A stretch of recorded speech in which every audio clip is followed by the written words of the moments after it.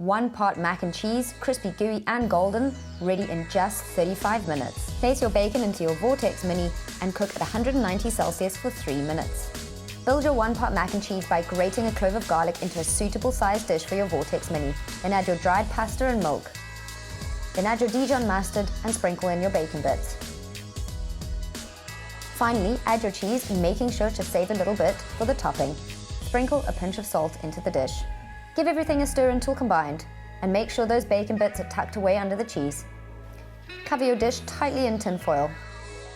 Cook your mac and cheese covered at 188 Celsius for 20 minutes. When the time's up, remove your mac and cheese from the Vortex Mini and remove the tin foil. To thicken your cheese sauce, mix your corn flour with 2 tablespoons of milk, then pour it over your mac and cheese mixture. Give everything a stir together until well combined, and then finish with your last sprinkle of cheese. Place your mac and cheese back into the Vortex Mini. Select grill and set the temperature to 199 Celsius and the timer till 7 minutes. Start checking your mac and cheese after about 5 minutes. Cook until golden and bubbly and serve immediately. Thank you for joining this Instant Brands Cook Along.